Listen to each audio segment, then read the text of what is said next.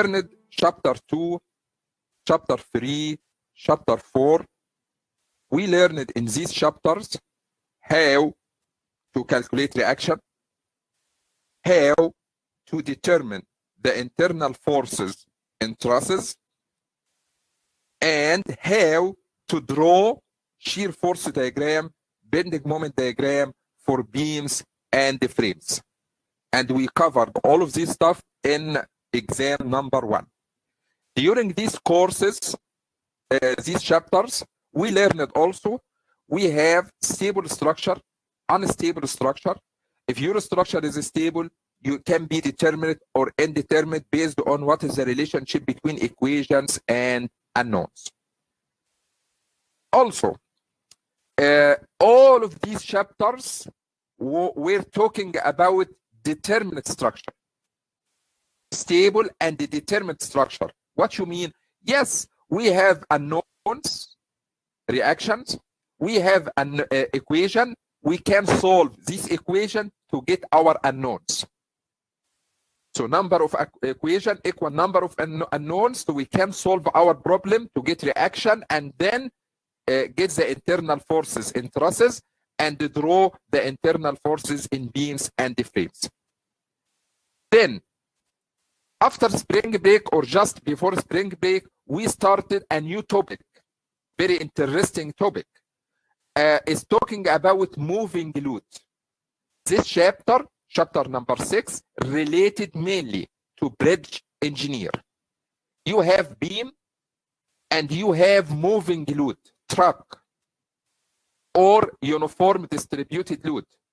And we learned how to determine or how to draw influence line for reactions, influence line for shear, influence line for moment, and what is the maximum positive effect, what is the maximum negative effect.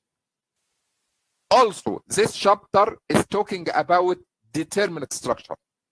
Your structure is stable and determinate.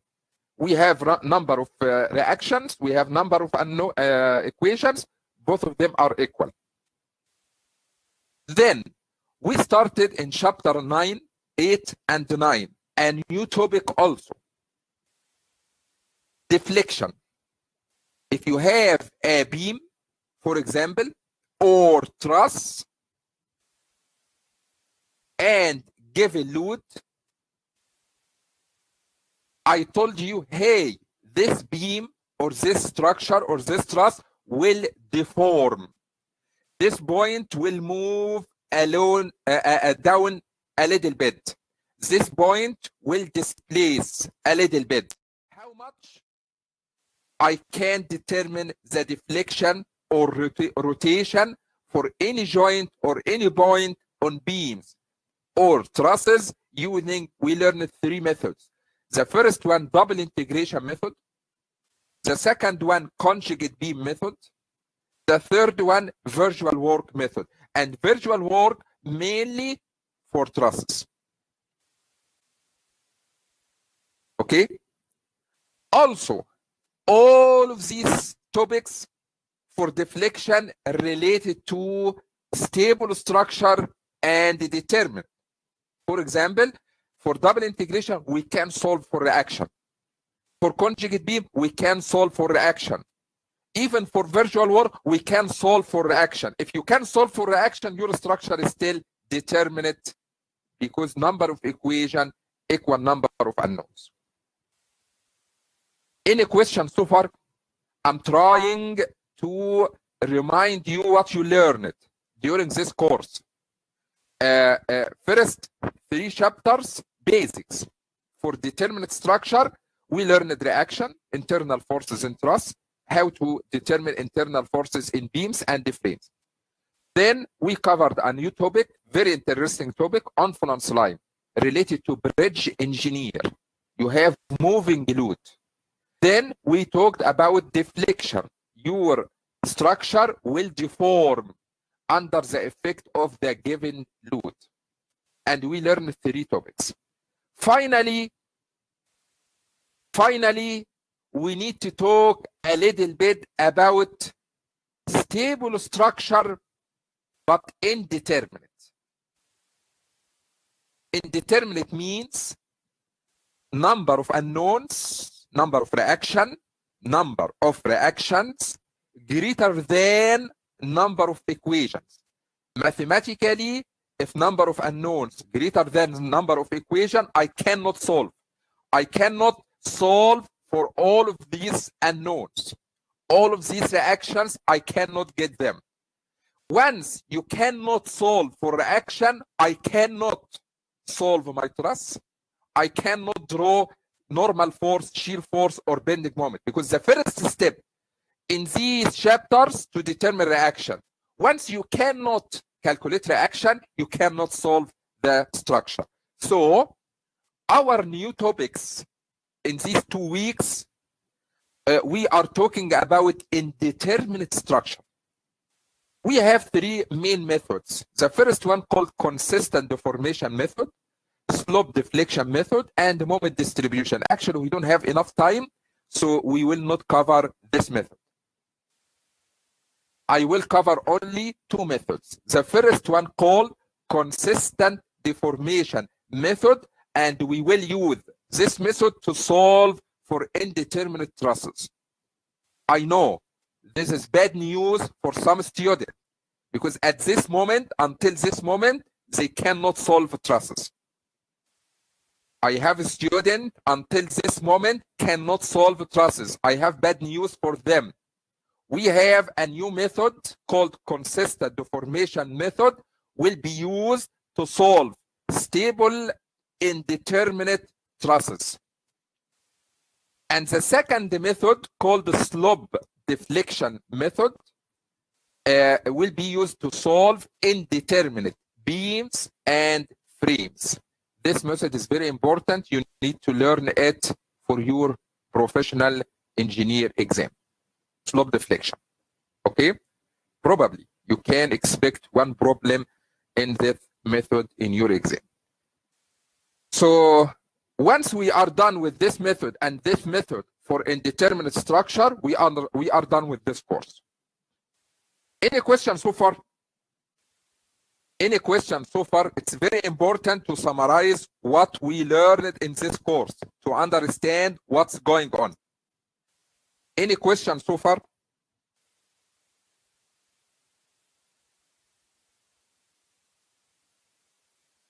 Okay. Guys, to solve indeterminate structure, we have 2 main methods, actually, for your information. The first method called force method, that we will learn it today and the next time, consistent deformation method. And the second method called displacement method, and this method for slope deflection. So first method can be called force method. Second method can be called displacement method. I'm sorry, I cannot understand what you mean. Okay. We learned it before. If you have fixed support, if you have hinge support, if you have roller support, tell me or remind me how many reactions if you have fixed, how many unknowns if you have fixed support. We have 3: vertical, horizontal, and moment. So we have 3 reactions or 3 unknowns. That makes sense. If you have hinge, we have 2 reaction or 2 unknowns. If you have roller, we have only 1 reaction or 1 unknown. That makes sense. If you are talking about supports like this, your unknowns at support are reactions, you are talking about something called the force method. This method can be called force method.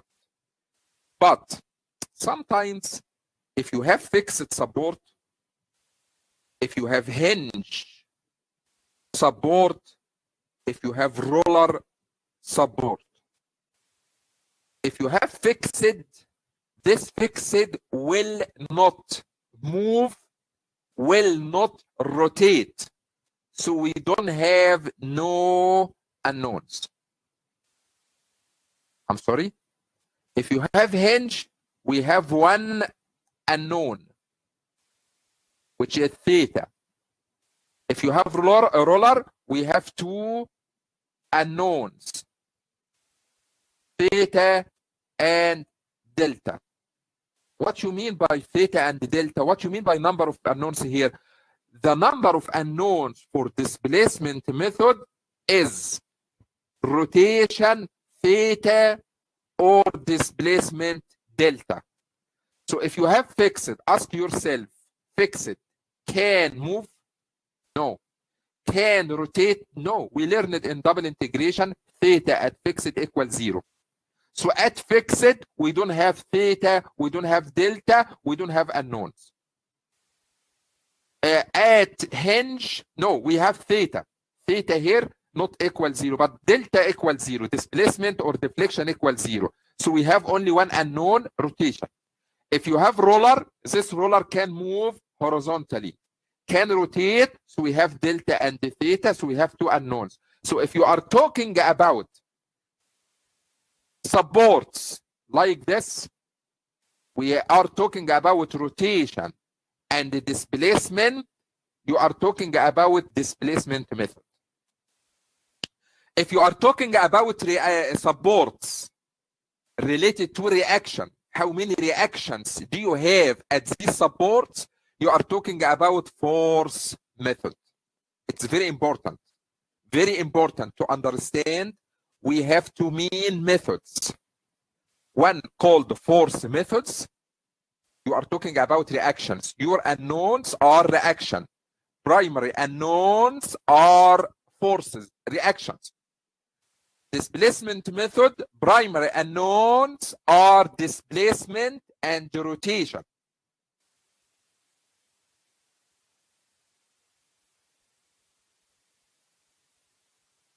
Okay. This is the first point. The second point. Guys, do you think indeterminate structure is a good structure or bad structure? It's a very good question. I know. If your structure is stable, that means we are good. Your structure is safe. No collapse. No failure. Your structure can save lives because your structure is stable. But sometimes your structure is determinate, sometimes it's indeterminate. Do you think indeterminate structure is has more advantage or less advantage? Indeterminate structure is a good structure. 99% of structures in the real life, 99% of structures in the real life are stable and indeterminate. 99%. Most of the structure in your life stable and indeterminate. So do you think indeterminate structure is good? For me as a student, no, they are not good because I cannot solve for reaction. No, I'm not talking about solution. I'm talking about the real or the actual function of the structure. Do you think stable structure, stable and the indeterminate structure has more advantage than stable and determinate? We will talk about what is the advantage and disadvantage of indeterminate structure. Before starting, I would like to listen to you. Can you write a message? What do you think? Indeterminate structure is good or bad? What do you think? If I'm building a structure with number of unknowns too much, greater than number of equations. Regardless, you can solve or you cannot solve. I don't care. Computer can do anything. I'm talking about what do you think? structure is stable. Both of them are stable, so we are good, we are safe. But one of them is determinate, one of them is indeterminate. One of them has little of unknowns, one of them has too much of unknowns. Which one is stronger? Okay, both of them good. Okay, good as long as it is safe. Okay, but what do you think? Which one is stronger than the other? Stronger, determinate or indeterminate?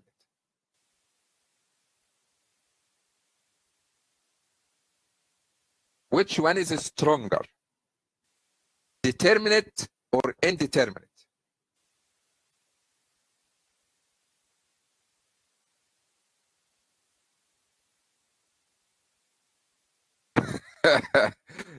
Burak, did you take this course before? Okay, indeterminate. Oliver, thank you. It looks like you take this course before. Anyway, yes. Indeterminate because usually means more support, correct? Yeah, that makes sense. Okay. That makes sense, Cody. Indeterminate structure means more supports because indeterminate means more unknowns. More unknowns mean more reaction. More reaction means more supports. So that means indeterminate structure is stronger. Let's see. This structure is determinate. This one is indeterminate. The bending moment diagram, and we will learn this. Bending moment diagram for determinate structure equal WL square over 8. We have W, distributed load. We have a span L. So your maximum moment will be WL square over 8. If your structure became indeterminate, can you watch here? At this location, we have pin connection. We don't have pin connection here. Your moment here will be, your maximum moment here will be W L square divide 21.4. My question is, do you think this value is bigger than this value? Or which value is bigger? WL square over 8 or WL square over 21.4? I taught my kids that if the numerator is the same, look to the denominator. The larger denominator is a smaller fracture. So I think your bending moment in this case will be bigger. Bigger moment means bigger stress, bigger reinforcement, bigger cost. Everything will increase if you have bigger internal forces. So indeterminate structure will be the best to save money. Yeah, save money means you have less stresses, you have less internal forces, you have less reinforcement, you have less material, you have less concrete, you have less everything. So you are saving your money. So indeterminate structure is better than determinate structure for cost, for stresses. Which one is stronger? Indeterminate structure.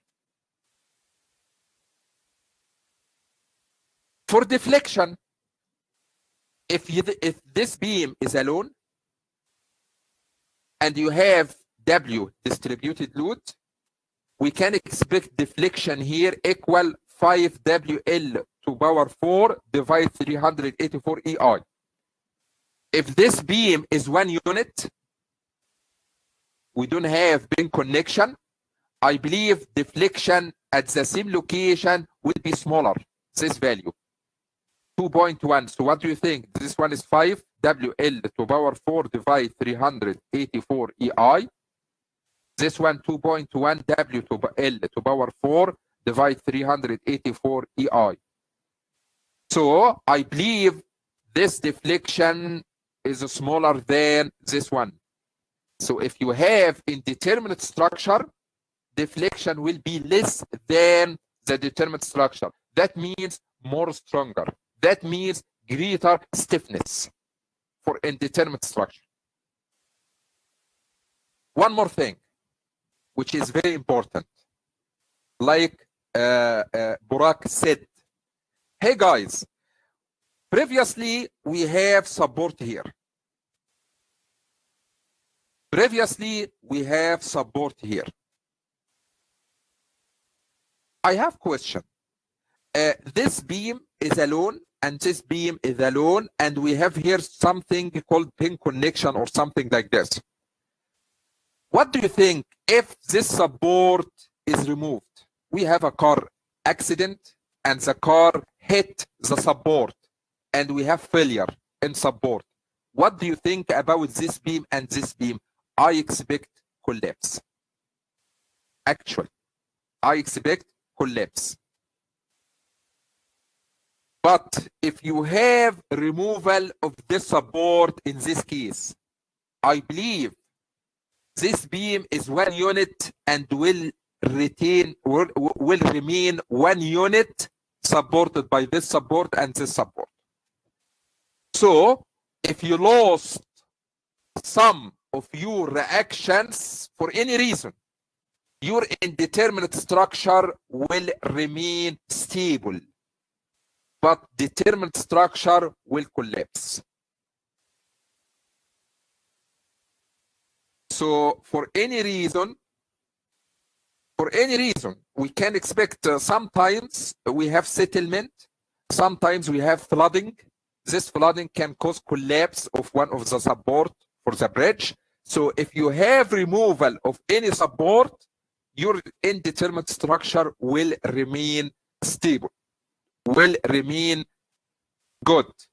But for determinate structure, no, we can expect failure, collapse.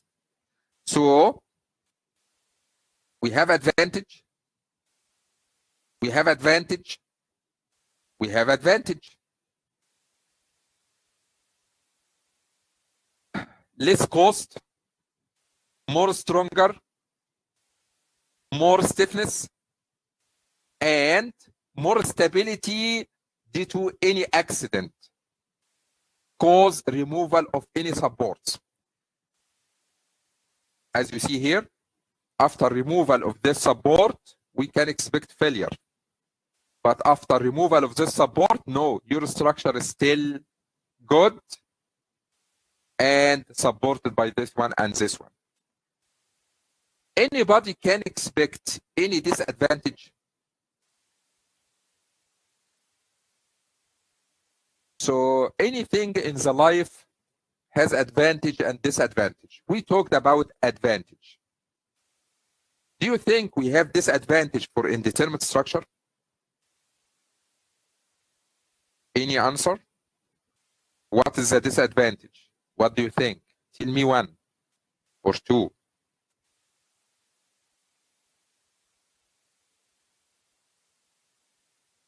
Ground surface. What do you mean by ground surface?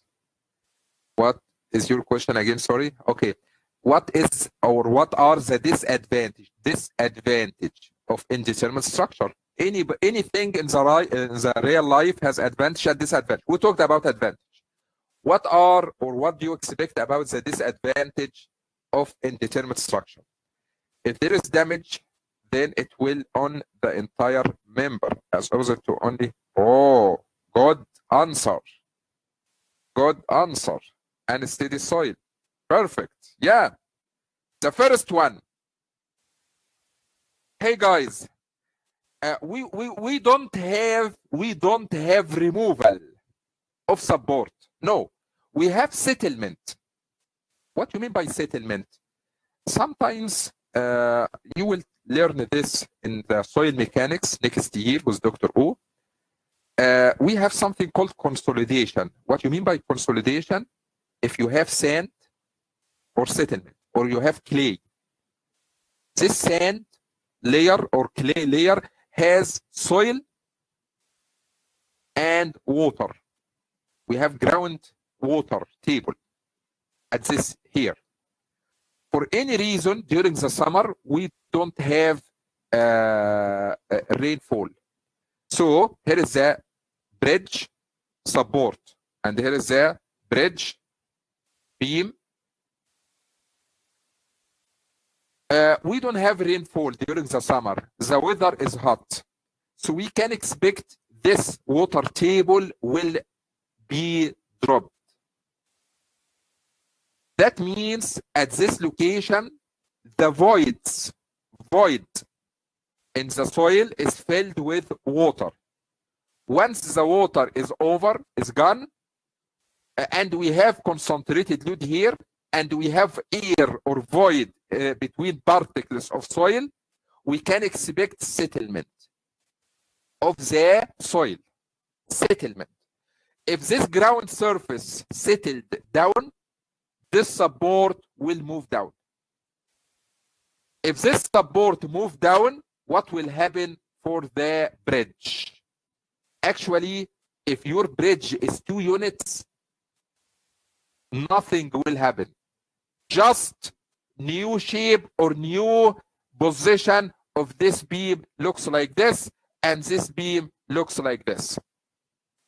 But if your beam is 1 unit and this support attached to this beam, I expect bad deformation for this beam, because this support attached to this beam at this location, so we can expect failure at this location. So indeterminate structure, not good in this case. Determinate structure is the best choice in this case. So if you have support settlement, and one more time, support settlement, because support means column. Here is a column, and this column supporting the bridge. This column is supported by ground surface. The problem started from soil. We have soil, and this soil is filled with water table. For any reason, this water is gone.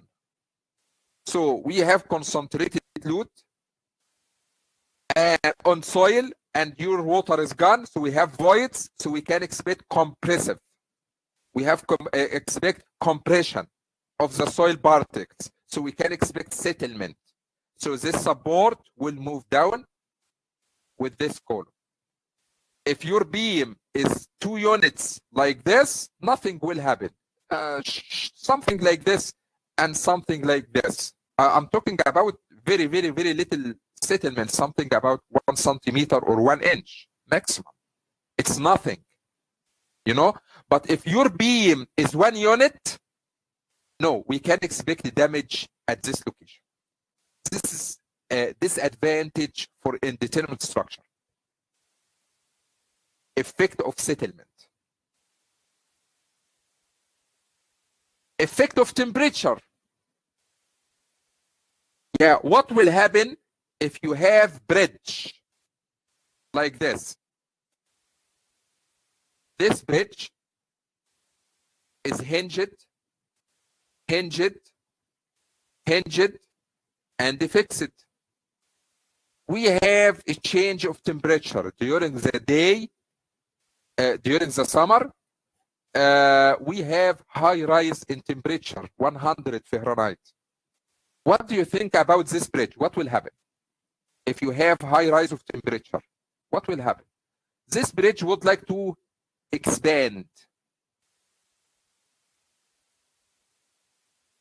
Your expansion will be alpha delta T L, if you remember from mechanics of material. So if you have many supports, restrict or make restrictions for this elongation, what do you think will happen to the bridge?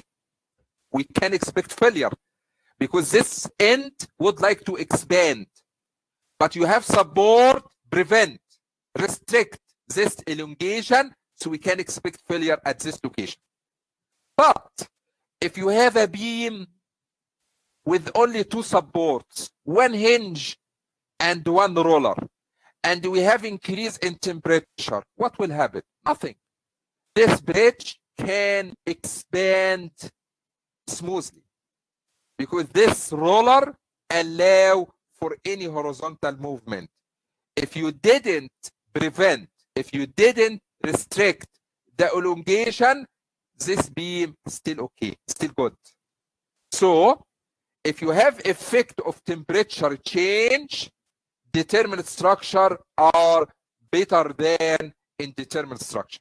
So the only two disadvantage for indeterminate structure, effect of settlement due to soil settlement and effect of temperature. And this is the reason why most, not most, all, probably all of our bridge should be determinate. Why? Because your bridge is covering very long distance. Probably your bridge is covering from this point to this point. You are talking about 3 or 4 or 5 or 10 miles. So we have many supports. So we have many type of soil. This soil looks different than this one, looks different than this one, looks different than this one. So we can expect settlement at any one of them. So we need to construct our bridge like different segment. At this location, we have expansion joint. If you are moving with your truck on the bridge, at this location, we can expect expansion joint. You can feel, you are feeling something in the road, and your truck looks like not stable. Okay, so your bridge beams looks like segment supported alone without any continuity. Why? Because if you have settlement for the support, it's not a big deal. We can see just a little deformation and without any failure. Also, temperature all the day during the summer. So if you have high rise temperature, delta T, okay, this beam would like to expand. Actually, we have a little distance between the two ends, so we can expect expansion here. This expansion is nothing, but if you restrict this nothing, you will have a big issue. So the best solution to allow, to give the freedom, the full freedom for this expansion to occur. So in one sentence, what are the disadvantages of indeterminate structure? Effect of settlement and effect of temperature. That's it. But the advantage, indeterminate structure is stronger, indeterminate structure smaller stresses, less cost, indeterminate structure less deflection, which means greater stiffness, stronger indeterminate structure more stable than indeterminate structure in case of catastrophic event eliminates the middle pier or middle support for any reason, explosion, car accident, for any reason.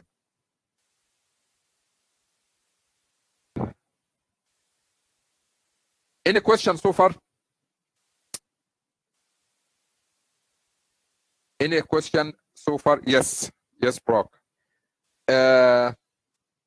Elongation, you have to allow for any expansion or any contraction. If you prevent these phenomena, you can expect more and a lot of stresses. A lot of stresses means cracks. Cracks means failure. Failure means losing lives. Okay, so we have advantage and disadvantage. But if you are talking about your house is only just a very small area of land. We don't have issue with settlement. We don't have issue with temperature. It's not a big deal. But if you are talking about bridge, no, you are talking about very, very, very, very long structure. Many different type of soil. All the day under temperature, under the effect of the sun temperature. So it's more critical than your house, more critical than your building. Okay. Okay. So now we would like to talk a little about this method. The first method called Consistent Deformation method, which is considered forces method, will be used to solve for trusses. I'm so sorry, guys. I have a bad news that we will learn one more time, for the third time, how to solve trusses. So you have to go back to chapter 3 to learn trusses. No way. No way. Actually, in our exam, in the first week of May, we can expect 3 problems. Only 3 problems. The first one will be truss. The second one will be beam. The third one will be frame for indeterminate. I'm talking about indeterminate structure for the coming exam. That means around 30% of the exam, trusses. I'm sorry to say this. 30% of the exam will be truss. Another third will be beam. Another third will be frame. And 10% only for just something for fun. Okay? Okay. What is the problem here? Let's talk about this one first. Anybody, can you write me a message? What is the problem in this truss? What is the problem? Okay, can you start to make joint equilibrium here? No, I cannot because we have 3 members. Can you here? No, I cannot because we have 3 members. Can you do it here? No, because we have 5 members. And also reaction. Okay, let's start here. We have how many members do you have? 2 members. Okay, go ahead and start to make joint equilibrium here. But to start to make joint equilibrium, we need to figure out reactions. Can you determine the reactions? No, I cannot. Why? Why? Okay, we have 2 reactions at this hinge. We have 1 reaction at this roller. We have 1 reaction at this roller. Okay, what's the problem? The problem is how many equilibrium equation? 3. Summation f of x equals 0. Summation f of y equals 0. Summation moment at any point equals 0. How many equations of equilibrium? How many? 3. How many reactions do you have? 4 reactions. Oops. Mathematically, number of equations smaller than number of reactions. Mathematically, I cannot solve for these reactions. If you cannot solve for these reactions, I cannot make joint equilibrium here. Because the joint equilibrium at this point, you have to put your reaction. Then this member, then this member. If you cannot figure out what is the value of reaction, I cannot solve for forces in these members because this truss is indeterminate. So I cannot solve this truss with the normal methods because we have many reactions. Any question for this point? Yes. I'm trying to tell you what is the difference between this truss and the truss you learned in chapter 3. The truss you learned in chapter 3, I can solve for reaction. And once you solve it for reactions, you can solve the internal forces in each member by joint equilibrium, or at least by section method. But I cannot do it here. Why? Because I cannot solve for reaction. So this truss is indeterminate. You need to tell me a new method or a technique to solve this kind of trusses. Okay, this is the first case. Second case. Okay, we have 1 reaction here. It's roller. We have 2 reaction here. It's a hinge. Okay, how many reactions? We have 3. How many equilibrium equation? Summation f of x equals 0, summation f of y equals 0, summation moment at any point equals 0. So we have three equations and the three reactions. So I can solve for reactions. That's right. That's right. I agree with you. But we have another issue. Let's start to make joint equilibrium here. I know the reactions, yes, but how many members do you have? Oh, 3 members. Oh my goodness. I cannot solve. You have your reaction, but I have 3 members. Okay, what do you have here? How many members here? 1, 2, 3, I cannot. How many members here? 1, 2, 3, I cannot. How many members here? 1, 2, 3, I cannot. Oh my goodness. However, although you can solve for reaction, but I'm still cannot solve for the internal forces because I have many members. And remember, we have this cross. If you have this cross in your truss, be sure that you have too much member. Be sure that your truss is indeterminate. So this truss is indeterminate, and this truss is indeterminate. But we have different type of indeterminacy.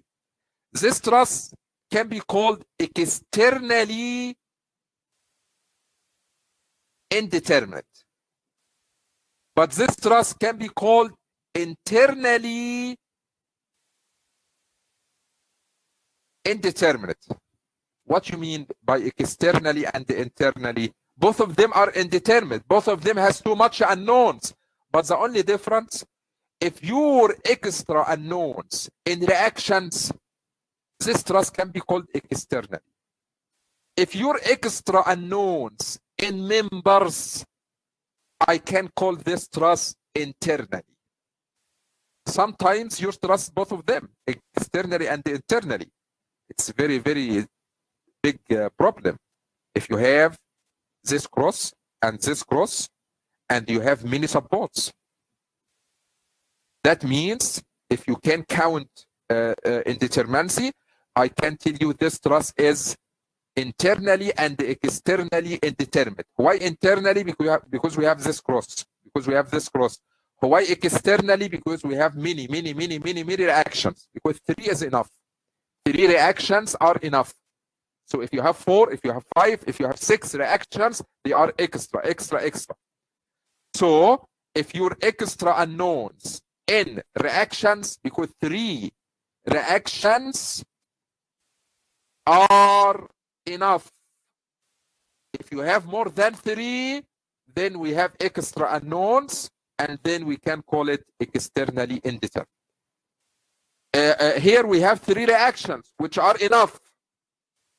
But we have this cross. This cross will make this truss internally indeterminate. I cannot solve for the internal forces in truss member. This one, because I cannot get the reaction. This one, I get the reactions, but I cannot make joint equilibrium because we have too many members. Any questions so far? Any questions so far?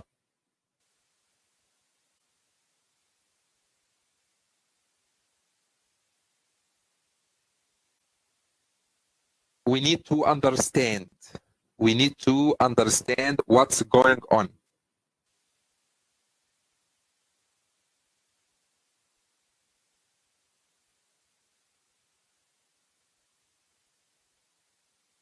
Any questions so far?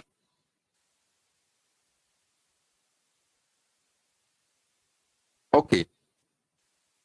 So, type of indeterminacy, we have externally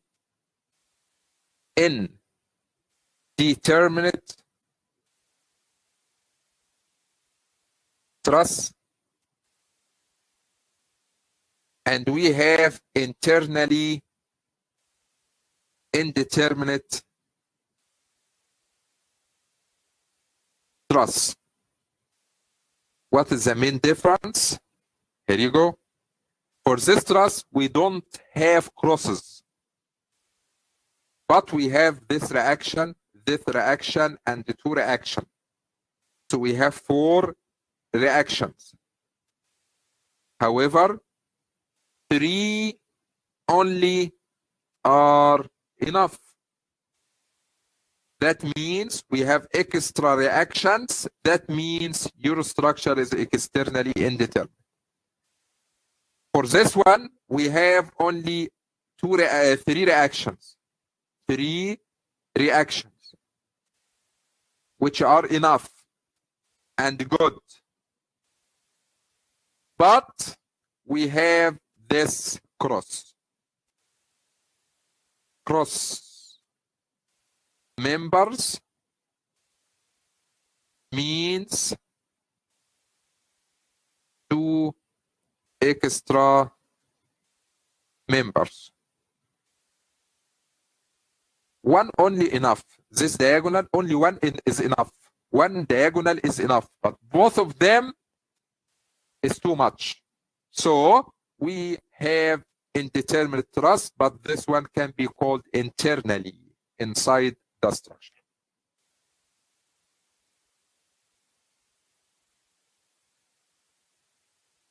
Any questions so far? Okay. Perfect. Steps of solution. We need to solve this kind of trusses. We need to solve this kind of trusses. We have 5 steps to solve this kind of trusses. The first one, we need to figure out how many extra unknowns, and you need to figure out these extra unknowns make your truss internally or externally indeterminate. You need to understand, you need to determine this problem or this truss is externally indeterminate. Do you have extra reactions, or internally indeterminate? Do you have extra members? You need to decide which one. In this course, only one of them will be given. One of them will be in your exam. But both of them at the same time, no, don't worry. So you need to figure out what kind of indeterminacy. Is it externally due to reaction or internally due to cross? Once you decide that you have extra reaction or extra members, go ahead and remove this extra unknown. If you are feeling that we have 4 reactions which are too much, go ahead and remove one of them. If you are feeling we have cross diagonals, which means too many members, go ahead and remove one of these members. So the second step, remove the extra unknowns. Third step, once you removed the extra unknowns, your truss became determinate. The extra unknowns is removed. Go ahead and solve your truss, which became determinate due to the given load. Fourth step, remove all the external load, all given load, and put what you removed in step number 2 as one unit load, and solve your truss one more time to get a small n.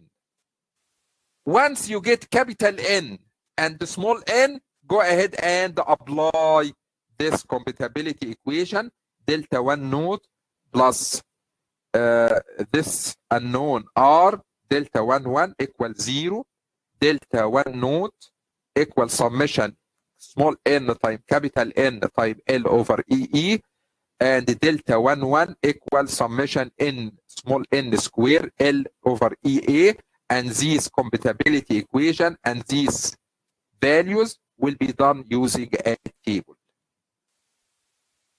I'm feeling something looks similar to a method I learned before. Do you agree? Yeah, table and small n, capital N, I'm feeling I learned this stuff before. Do you agree? Guys, do you agree? Yeah, something looks like virtual work. Exactly. It's exactly the same, but a little bit different. Because we are not talking about deflection. We are talking about solving of indeterminate structure. But same technique, not exactly 100%, but probably 80%. Guys, before starting our example, I would like to say something. If you have truss like this,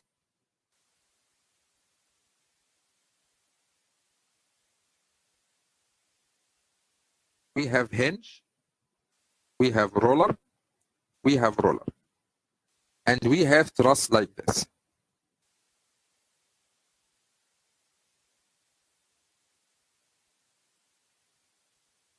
We have hinge, we have roller.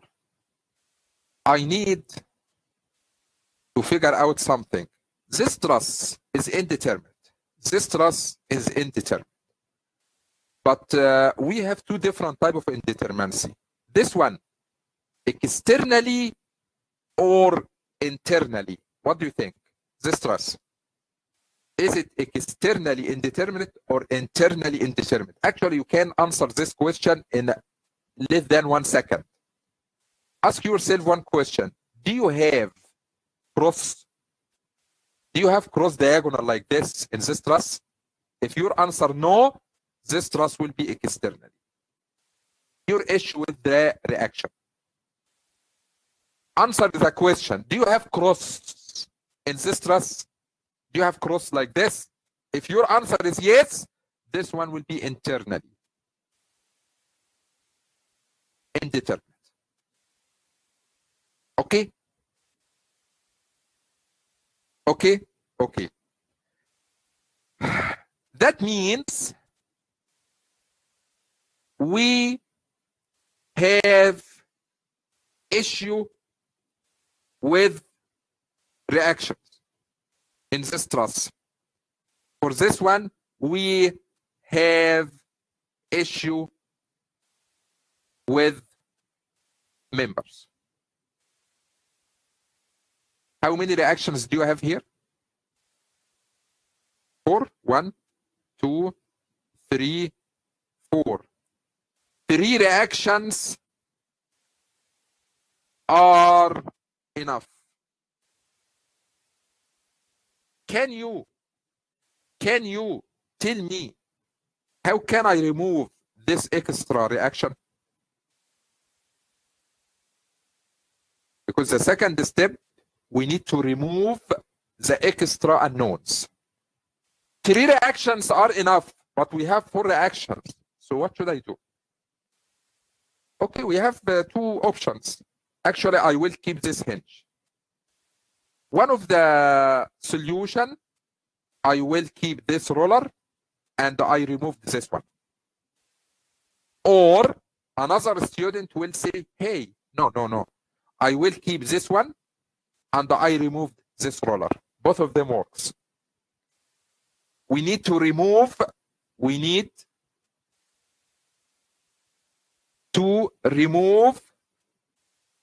the extra reaction.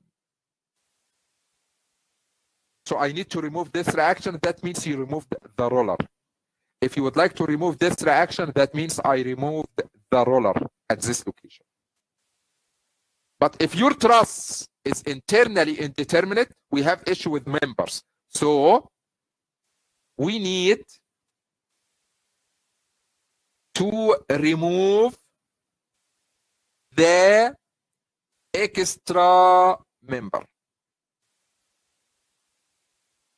So which members you have extra? Which members? The cross. If you remove this member, you are kidding me because you still have your cross. If you remove this member, you are kidding because you still keeping your cross. I have issue with the cross. I need to remove this cross. Okay, so I think we have 2 options. Here is the truss. Actually, I don't have issue with the reactions, so keep your reactions. Actually, I don't have issue with this member. I don't have issue with this member. I have issue with this cross. So probably you can keep this one and remove the other one. Or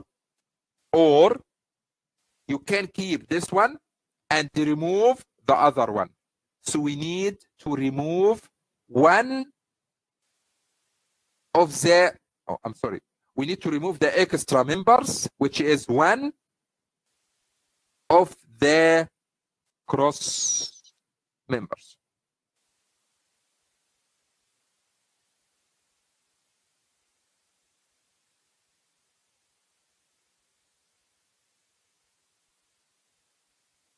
No, it doesn't matter anyone. You can remove any one of them.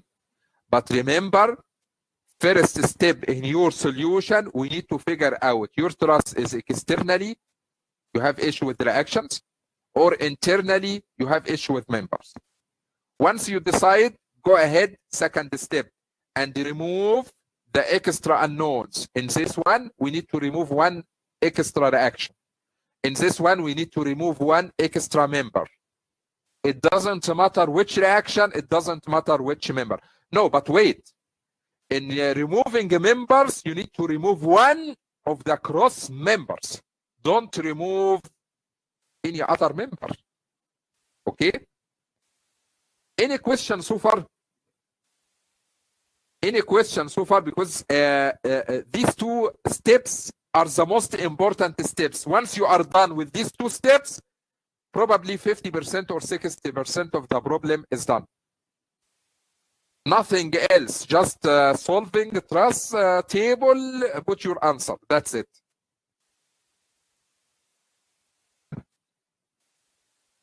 Let's do this example. We have first example. I think we have only 2 examples. No, we have too much. Oh, 3 examples. Okay, let's start with this one. Let's start with this one. We need to determine the forces in each member of the, in the exam, I will let you know, don't worry, in the indeterminate truss. This truss is indeterminate, and I believe it's indeterminate, don't worry. Don't check. But I didn't tell you this truss is externally or internally indeterminate, so you need to figure it out. So first step, what do you think about this truss? Actually, you can answer my question less than 1 second. This truss is internally or externally? What do you think? Any answer? This truss, internally or externally? Internally, yes. For one reason, we have cross. If you have cross, it's internal. This member and this member, that means we have cross members. That means this truss is internally indeterminate. Internally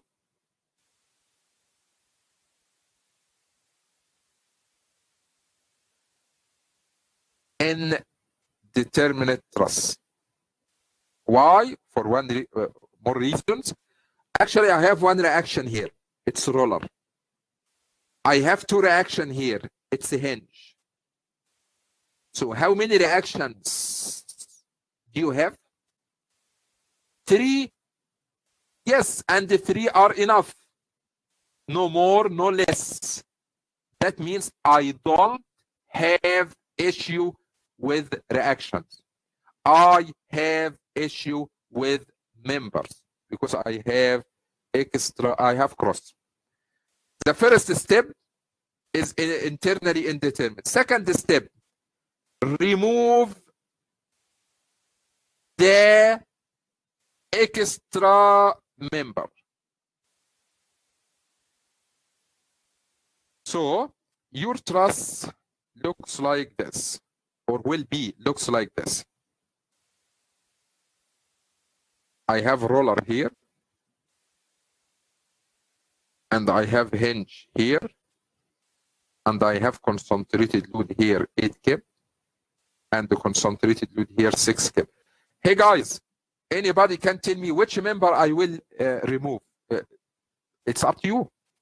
You can remove this one, and keep the other one, or you can remove this one and keep the other one. It's up to you. You can choose what you want. Both of them works. Both of them works. Actually, I'm going to remove this one, and I will keep this one. So second step, I removed the extra members. Which members? I removed the member AC. Okay, you can write it or no. I removed member AC as extra member.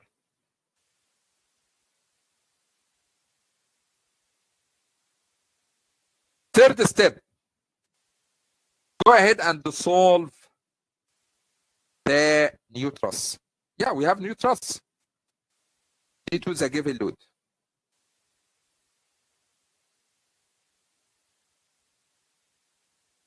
Your new truss looks like this.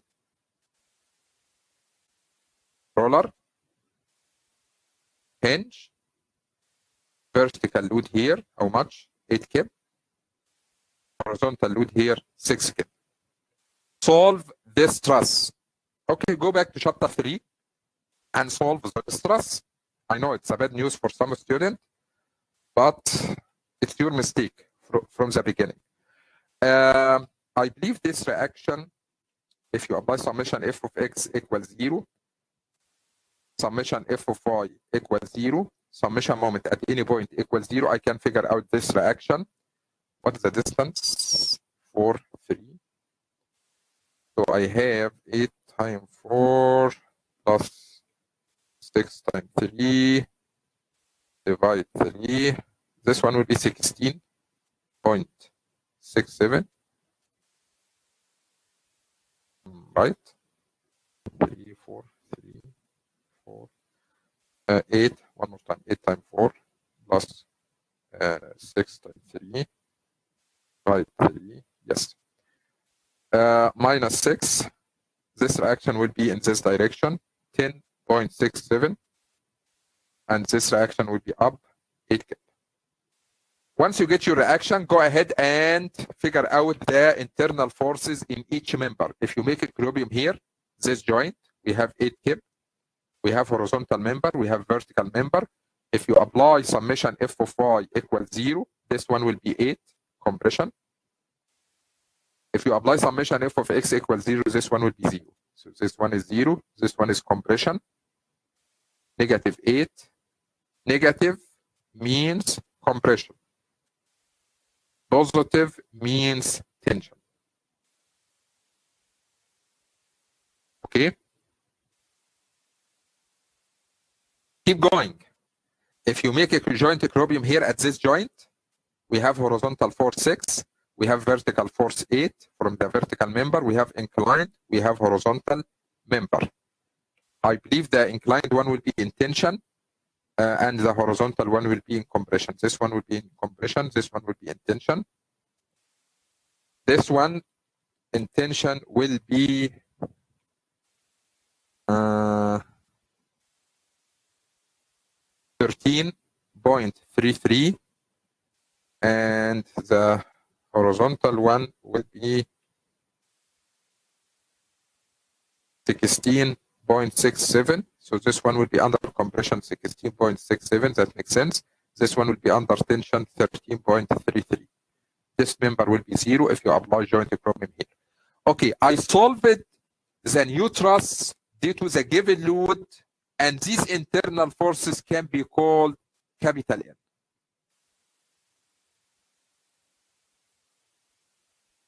Any questions so far until this moment? Step number 4, remove all forces. I'm sorry, all external forces or any given forces, and put the extra unknown that you removed before as unit load.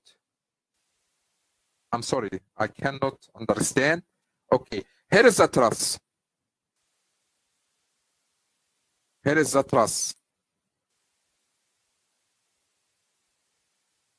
And I removed all external forces, 8 kip and 6 kip. I removed all external forces. Can you put the extra unknown that you removed before? Remind me what you removed. Wow, I removed this member. I removed this member between this joint and this joint. Okay, go ahead and put this removed member as one unit. 1 kip, 1 kip. Go ahead and put the extra unknown that you removed before, put it as unit load, because we have a member connecting between this joint and this joint, so we can put here 1 kip and 1 kip in the same direction of the member you removed.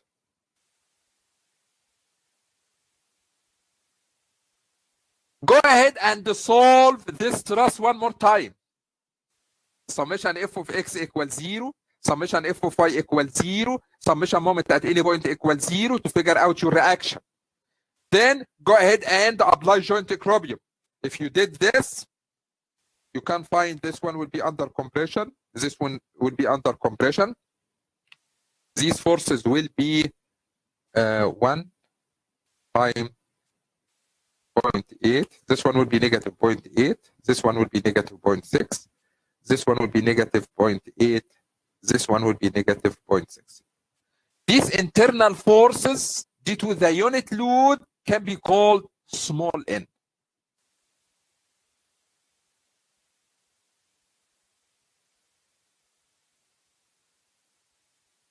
Then I need to apply delta 1 node plus R delta 1 1 equals 0. Delta 1 node, this value equals summation small n capital N L over AE.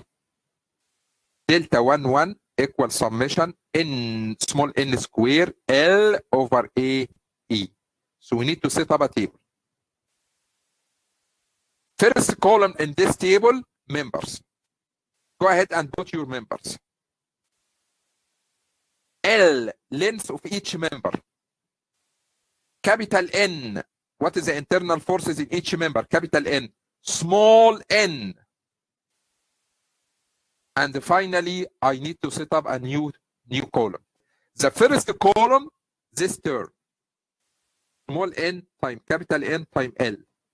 The second column, this term. Small n square, this one square, times L.